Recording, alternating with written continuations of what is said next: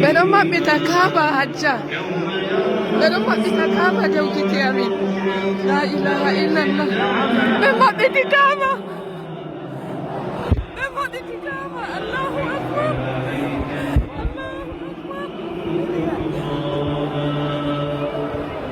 Ɓe maɓɓiti Kaaba. La ilaha illallah. Ɓe maɓɓiti Kaaba.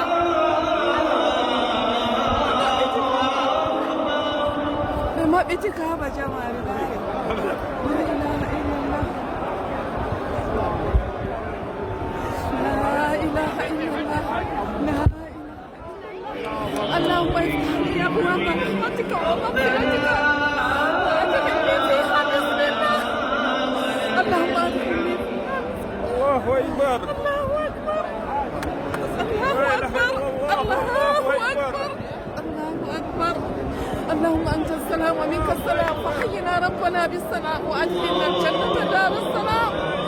تبارك يا ذا الجلال والإكرام. اللهم افتح لي أبواب رحمتك ومغفرتك وأدخلني فيها.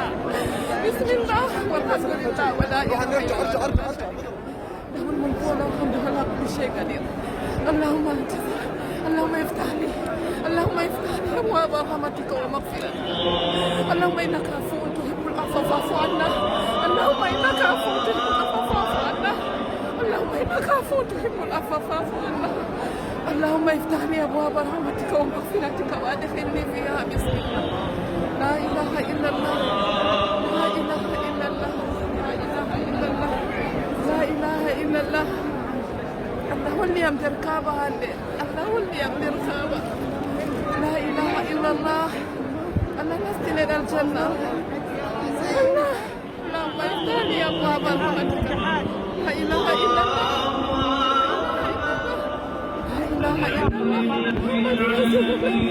ما بتكابة جدا من دون لا إله إلا الله.